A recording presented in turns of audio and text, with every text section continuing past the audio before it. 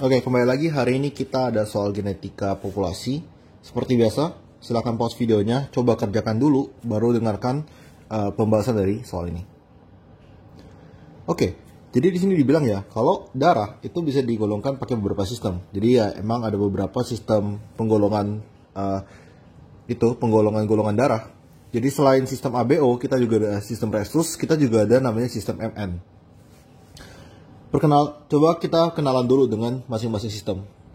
Sistem ABO ini cukup familiar ya, di mana sistem ABO itu darah diatur berdasarkan keberadaan dari suatu kompleks antara gula dan protein, ya kan? Oke, jadi kita ada alel misal IA, IB, dan I gitu. Oke, atau biar lebih gampang ya, ada alel A, alel B, dan alel O. Alel A itu kan dia mengkode untuk suatu jenis gula, kita bilang aglutinogen ya, aglutinogen tipe A. B itu dia mengkode suatu aglutinogen tipe B. Sedangkan kalau O dia tidak mengkode, tidak menghasilkan aglutinogennya. Oke, jadi orang yang punya golongan darah A itu adalah orang yang punya aglutinogen A. Orang golongan darah B itu orang yang punya aglutinogen B. Orang golongan darah AB berarti punya aglutinogen A dan B. Kalau O itu berarti tidak punya aglutinogen. Di mana di sini itu punya sifat seperti ini. A besar tuh lebih dominan dari A besar tuh sama dominannya dengan B. Oke, A dan B ini sifatnya kodominan karena mereka sama-sama dominan. Terus B ini dia lebih dominan daripada si O. Karena coba kita lihat, kalau A dengan O, maka ini kan tetap menghasilkan aglutinogen A kan. Karena ada aglutinogen A, kita bakal dapat nih goldar A. Sama aja dengan A besar gitu kan. Ini juga goldar A. Kalau misal kita ada A dan B, karena mereka sifatnya kodominan, berarti ini kita dapat golongan darah A, B. Oke, berarti O itu cuma didapatkan ketika dua alel resesif O ketemu. Iya, nggak soal. Nggak, bukan Zoom kan, buat video, kenapa kau? Oh ini video. Oh iya anjir kenapa? Ya udahlah, abaikan aja. Oke, abaikan aja tadi. Oke, kita lanjut lagi. Jadi di sini kita ada golongan darah RH, Rhesus. Rhesus itu ini berdasarkan suatu protein, kita bilang sebagai protein Rhesus. Protein Rhesus itu ada dua, kita bilang ada yang plus sama yang negatif. Kenapa? Plus ini artinya dia ada protein Rhesus. Jadi kalau dia Rhesus positif tuh dia ada proteinnya. Kalau negatif tuh dia tidak ada protein. Tidak ada protein. Jadi kalau misalnya kita ada individu plus berarti dia Rhesus positif. Kalau dia plus minus berarti dia Rhesus positif juga. Kenapa? Ada protein Rhesusnya tetap kan. Kalau dia minus berarti dia baru Rhesus negatif. Terakhir MN ini juga kurang lebih mirip ya. MN ini ya berdasarkan protein tertentu di darah. Dimana MN ini dia sifatnya lebih ke intermediate. Oke, kalau misalnya tadi dia Rhesus ini tuh dia sifatnya dominansi sempurna. Jadi kalau misalnya ada plus dia bakal jadi Rhesus positif. Kalau MN ini dia itu intermediate gitu. Oke, jadi di sini kita ada proteinnya. Kalau misalnya ada individu dia tuh M besar, berarti dia ya tipenya adalah M besar. Kalau dia M besar N besar, maka dia tipe darahnya M besar. Kalau misal dia N besar, maka tipe darahnya N besar.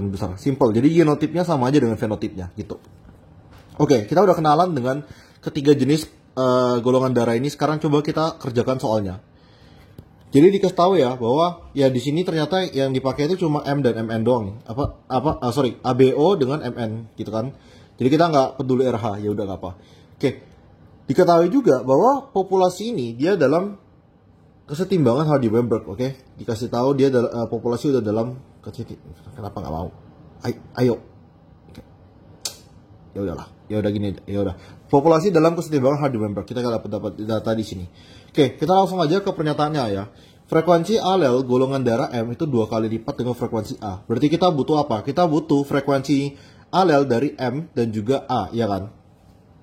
Untuk frekuensi alel dari M, kita boleh cari caranya seperti ini. Jadi, kita lihat ya. Ini ada N sama NN kan. Ini golongan darah M itu dia genotipnya MM. Oke. Kalau MN ya MN, kalau N tuh dia NN, kan kayak gitu. Coba kita perhatiin di sini. Orang yang punya golongan darah MM atau M, dia berarti kan punya 2 alel M, ya kan? Kalau yang heterozigot dia punya 1 alel M. Jadi di sini kita boleh tulis seperti ini. 2 kali MM ditambah MN. Kenapa? Sekali lagi, karena orang yang golongan darah M itu dia punya 2 M. Kalau orang yang heterozigot MN itu dia punya 1 M. Oke? Gitu. Terus dibagi dengan 2 kali total populasi. Loh, kenapa kok ditotal? Kenapa totalnya dikali 2? Perhatikan tadi kan kita punya 2 gen ya. Ada apa, manusia itu kan diploid. Kita punya 2 kopi kromosom. Berarti kita punya 2 kopi gen. Makanya kita kalikan 2. Maka di situ kita bisa dapat frekuensi alel M. Jadi mungkin aku tulis FM sama dengan 2 dikali 32.000 ditambah 16.000 dibagi berapa ini? 32.000 ditambah 16.000 tambah 2.000 dikali 2. Oke, ini berarti FM sama dengan 0,8. Sekarang kita udah tahu FM 0,8. Kita mau cari frekuensi dari N. Frekuensi dari N gimana? Sekali lagi, kita kan ada rumus Hardy-Weinberg yaitu P plus Q sama dengan satuan. Ini adalah rumus dari frekuensi alel. Ini adalah rumus dari frekuensi alel. Jadi kalau misalnya tadi FM to P, Q itu adalah N. Maka dari situ, ya sebenarnya sederhana aja. Berarti kan FM plus Fn sama dengan 1. Berarti Fn sama dengan 1 diminus 0,8. Fn sama dengan 0,2. Oke, kita udah dapat dulu ini. Kemudian, kita cari lagi frekuensi dari apa? Frekuensi alel dari yang golongan darah ABO. Sementara ini kita taruh di sini. Ups, kita kerjakan dulu yang ABO. Oke. Kita kerjakan ABO, kita kasih warna lain biar kelihatan, oke? Jadi diketahui, di sini kan ada golongan darah AB, AB dan O kan. Nah, cara paling gampang ngerjain ini, pertama adalah kita cari dulu dari golongan darah yang O. Masih ingat nggak waktu itu di video-video sebelumnya aku pernah jelasin ya. Kalau ini frekuensi alel, kemudian ini tuh aku bisa kuadratin ya. Kalau aku kuadratin di kedua sisi, aku bakal dapat persamaan seperti berikut. P kuadrat tambah 2PQ ditambah Q kuadrat sama dengan 1. Dimana ini adalah rumus dari apa? Ini adalah rumus dari frekuensi genotip. Oke.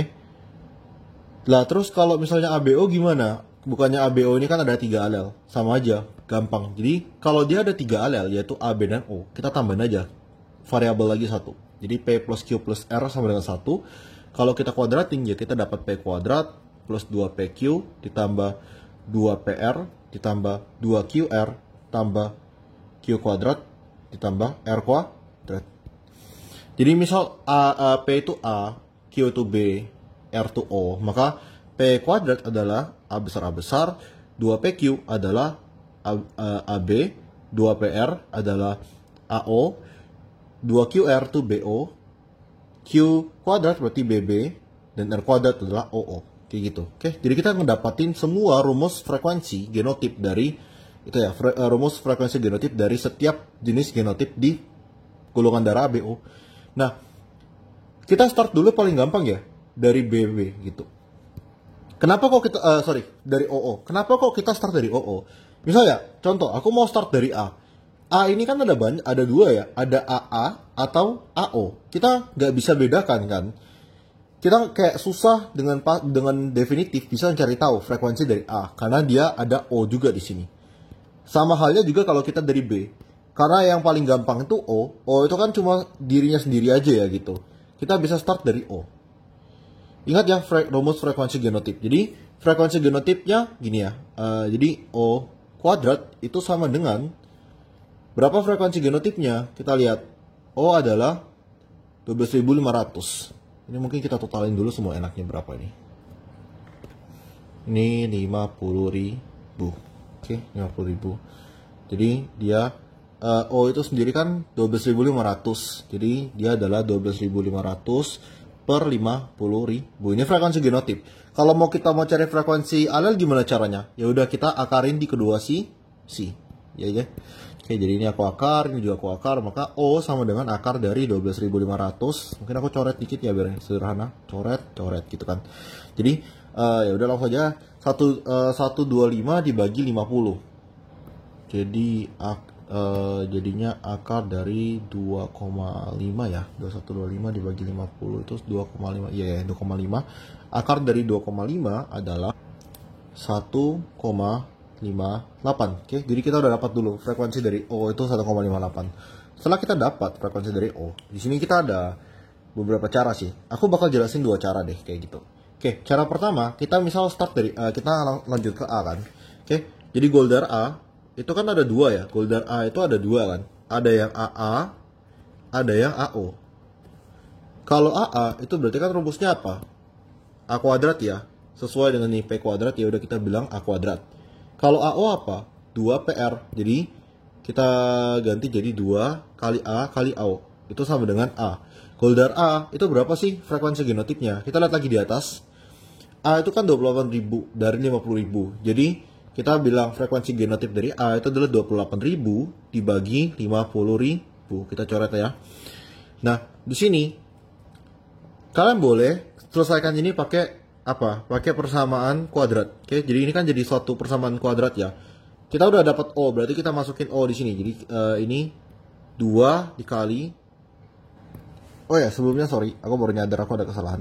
Jadi di sini kan tadi harusnya ntar ulang. Jadi ini kan 12.500 dibagi 50.000 dari atas sini ya. Dari atas ini ini kan 12.500 O-nya, totalnya 50.000.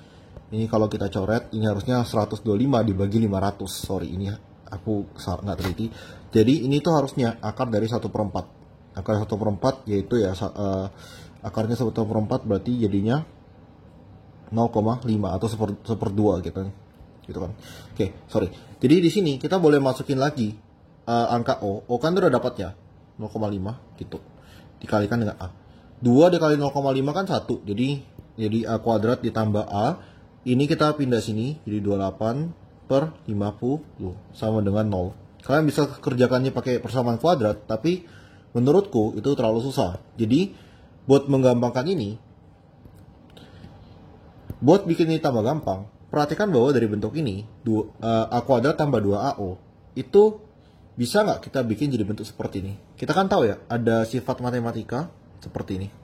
A plus B kuadrat itu kan jadi A kuadrat ditambah 2AB ditambah B kuadrat. Jadi komponen yang hilang di sini, ini kan udah ada A kuadrat ya. Ini ada 2AB, yaitu B kuadrat. Nah, gimana caranya kita nambahin B kuadrat di sini? Caranya adalah kita bisa tambahin dengan siapa? O kuadrat. Oke, kalau di sini kita tambahin O kuadrat, maka sebelah kirinya kita tambahin O kuadrat, sebelah kanan juga harus kita ratakan ya. Ratainnya gimana? O kuadratnya apa? Frekuensi genotip dari O. Maka itu kita tambahin aja frekuensi genotip dari O berapa? Tadi kan 12.500 per 50.000. Kita coret. Oke. Bentuk ini bisa ya kita ubah. Oke. Kita ubah dia jadi A plus O kuadrat sama dengan 28/50 plus 125/500.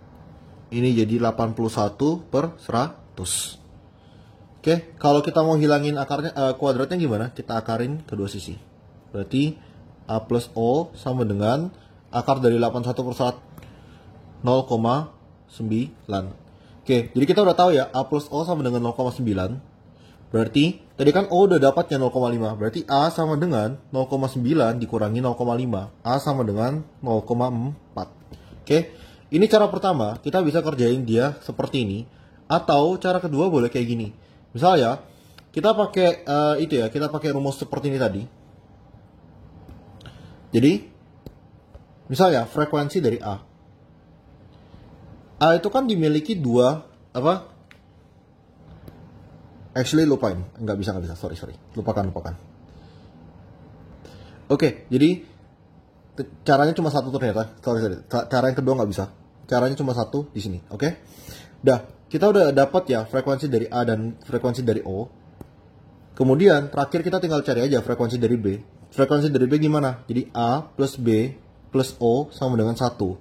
A tadi 0,4, B nggak kita ketahui, O 0,5 sama dengan 1. Berarti B sama dengan 1 dikurangi 0,9. B sama dengan 0,1.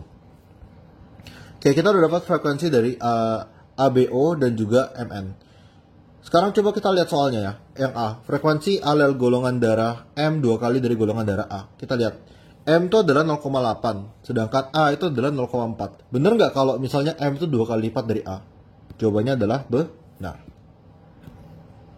Oke. Jadi yang ini jawabannya benar.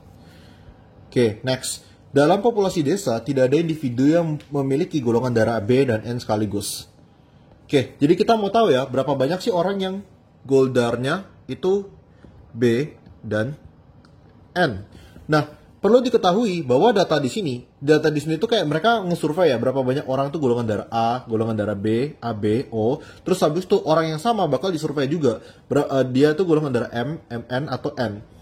Jadi di sini, ini ada dua kasus independen ya, antara kamu golongan darah AB, di golongan darah ABO sama golongan darah MN. Maksudnya seperti ini, kamu bisa aja golongan darah A, B, AB, atau O. Kemudian kamu juga bisa golongan darah M, MN, dan juga N. Jadi misalnya, aku golongan darah AM, bisa. Aku golongan darah AMN, bisa. Aku golongan darah AN, bisa. Aku golongan darah BM, BMN, BN, bisa. ABM, ABMN, ABN, dan seterusnya gitu. Jadi, sekarang kita mau tahu berapa sih peluang adanya individu dia tuh golongan darah B dan MN sekaligus. Oke, jadi caranya gini. Peluangnya berapa? Pertama kita cari dulu peluang dapat golongan darah B. Peluang dapat golongan darah B itu sama aja dengan apa? Sama aja dengan itu frekuensi genotip dari B. Ya kan? Jadi frekuensi genotip B. Apa sih genotip dari B? Pertama kita ada BB dan juga ada BO. BB ini gimana rumusnya? BB berarti kan B kuadrat ya. Kalau misalnya BO berapa? 2 dikali B dikali O. B tadi nilainya berapa? B nilainya 0,1. Berarti ini adalah 0,1 kuadrat ditambah 2 kali 0,1 dikali O berapa? 0,5 ya. Jadi dikali 0,5. Gini deh, kali 0,1 kali 0,5 seperti ini. Oke, ini adalah peluang kita ngedapatin golongan darah B. Tapi peluang ini belum selesai ya. Ini cuma peluangnya B dulu. Berapa sih peluang kita ngedapatin golongan darah peluangnya kita ngedapatin golongan darah N? Berarti kan nih frekuensi genotip dari N, yaitu N kuadrat. Frekuensi dari N berapa? 0,2. Berarti ini adalah 0,2 kuadrat.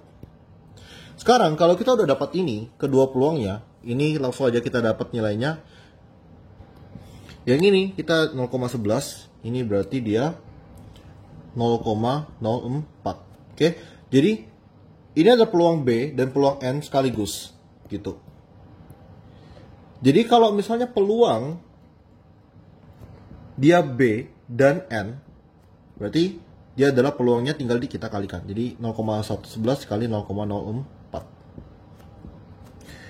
Jawabannya adalah 4,4 dikali 10 pangkat min 3. Kayak gitu. Kayak ini jawabannya. Nah, kemudian ini kan peluangnya ya. Kita mau cari frekuensi harapan. Frekuensi harapan tuh maksudnya jadi kalau apakah mungkin ya peluang ini terjadi? Frekuensi harapannya berarti tinggal peluang ini, peluang dikalikan total kejadian. Total kejadiannya ini sama aja dengan total individunya ya. Berarti peluang 4,4 kali 10 pangkat min 3 dikalikan dengan total kejadian. Total kejadian berarti individunya. Ya berapa? 50.000. Kita kalikan dengan 50.000. Berarti ada 220 orang yang ternyata dia golongan darah B dan N sekaligus. Oke? Jadi di sini kita buktikan bahwa ternyata orang yang golongan darah B dan N sekaligus itu ada 220 orang. Bukan nggak ada. Berarti yang ini jawabannya adalah salah. Next. 25% penduduk bergolongan darah Mn juga bergolongan darah O. Oke, jadi untuk yang C ini, dia tuh bilang ya, di antara orang MN ini kan dia bisa aja golongan darah A, golongan darah B, golongan darah AB, golongan darah O, ya kan? Gitu.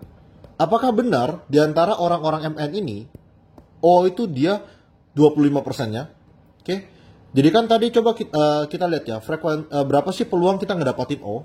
Oke, peluang mendapatkan O itu berarti frekuensi genotip dari O. Frekuensi genotip O apa? O kuadrat. O kuadrat itu berapa? Berarti 0,5 kuadrat. Oke, itu frekuensi peluang dari O. Kita langsung tulis di sini aja, peluang O. Peluang O sama dengan 0,5 kuadrat, yaitu oke, dari sini sebenarnya udah kelihatan ya, kalau peluang dari O itu kan tadi 0,5 kuadrat atau 0,25 alias 25% kan. Sebenarnya udah kelihatan. Kalau kita cari frekuensi harapan, ya frekuensi harapan dari orang MN yang juga golongan O,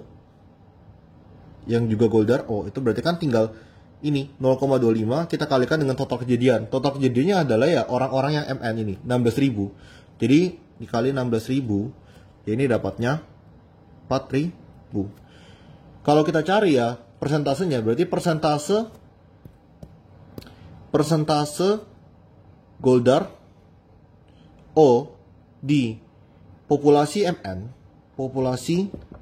MN ya 4.000 per 16.000, kita coret sama aja ini 25%. Oke, balik lagi di sini udah kelihatan. Oke, jadi jawaban di ini C ini adalah benar. Terakhir, jika orang dengan golongan darah A dan B menikah, maka kemungkinan anak mereka bergolongan darah O adalah kurang dari 20%. Jadi, ceritanya di sini ada orang golongan darah A. Terus ada orang golongan darah B. Mereka menikah. Yang jadi masalah di sini, kita nggak tahu genotip dari mereka. Orang golongan darah A itu bisa jadi A besar A besar. Bisa jadi A besar O. Golongan darah B itu bisa di B besar sama B besar O. Tapi mereka mau anak mereka itu dia O, yaitu harus genotip OO. Maka dari itu, satu-satunya cara untuk ngedapatin anak yang golongan darah O orang tuanya harus heterosigot ya. Masalahnya kan kita nggak tahu ya, kita nggak tahu sekarang orang tuanya ini apakah dia homosigot untuk gen A atau gen B, dan apakah dia heterosigot. Tapi kita berharap dia heterosigot. Berarti kita bikin peluang. Jadi kita bikin peluang dia ngedapatin AO atau dia ngedapatin BO. Di antara dia mendapatkan AA dan AO. Gitu kan. Jadi ceritanya misalnya, aku ada kotak. Isinya ada bola. Bola warna biru sama bola warna merah. Warna kuning deh gitu. Oke. Sama nih. Jadi aku ada orang golongan darah BB dan BO, tapi ini kan dia golongan darahnya B. Kita nggak tahu pasti B ini dia BB atau BO. Sama, kita ada kotak, kita nggak bisa lihat ke dalam. Ada bola biru sama kuning, kita nggak bisa lihat ke dalam. Kalau aku tanya berapa sih kemungkinan kita dapetin bola biru? Kemungkinan kita dapetin bola biru adalah ya bola biru, peluang bola biru per total bolanya, yaitu bola biru tambah bola kuning. Gitu. Oke. Makanya kita dapat peluang seperti ini. Nah, sekarang kita udah dapat ya peluang ini. Gimana kita rumuskan sekarang? AO frekuensi genotipnya berapa? Frekuensi genotipnya berarti kan 2 dikali A dikalikan O. Per A kuadrat AA itu berarti kan A kuadrat ditambah 2 dikali A dikali O. Sama di sini ini 2 dikali B dikali O per B kuadrat ditambah 2 dikali B dikali O. Tinggal kita masukin aja. Tadi frekuensi dari A berapa? Frekuensi dari A adalah 0,4. Jadi 0,4. Jadi ini adalah 2 dikali 0,4. O tadi 0,5 per 0,4 kuadrat ditambah 2 dikali 0,4 dikali 0,5. B tadi 0,1 berarti 2 dikali 0,1 dikali 0,5 per 0,1 kuadrat ditambah 2 dikali 0,1 dikali 0,5. Oke, ini jadi peluang dari orang tuanya. Terus kalau kita hitung, ini dia hasilnya adalah 5/7 sama 10/11. Oke. Ini adalah peluang kedua orang tuanya. Ini adalah peluang orang tua A itu dia merupakan AO adalah 5/7. Peluang orang tua B dia itu merupakan BO adalah 10/11. Sekarang, berapa sih peluang anakannya? Peluang anakannya, kalau kita ada ya AO dikawinkan dengan BO, kan anakannya adalah AA, AB, sorry, berarti kan kita kerjain aja dulu biar enak. AB, AO, BO, dan OO. Jadi untuk dapat OO adalah 1/4. Ya udah, berarti tinggal semua peluang kita kalikan jadi 1. Jadi 5/7 kita kalikan dengan 10/11 dikali 1/4. Hasilnya adalah 25/154 atau dalam kata lain adalah 0,16. Oke, kita lihat soalnya lagi. Oke, jika orang tua golongan darah A dan B menikah, maka kemungkinan anak mereka bergolongan darah O adalah kurang dari 20%. Benar, karena kita mendapatkan nilainya adalah ini ya 0,16. Oke, jadi berikut merupakan pembahasan dari soal kali ini. Ya, soal kali ini lumayan sulit, lumayan banyak yang harus dihitung. Oke, sekian.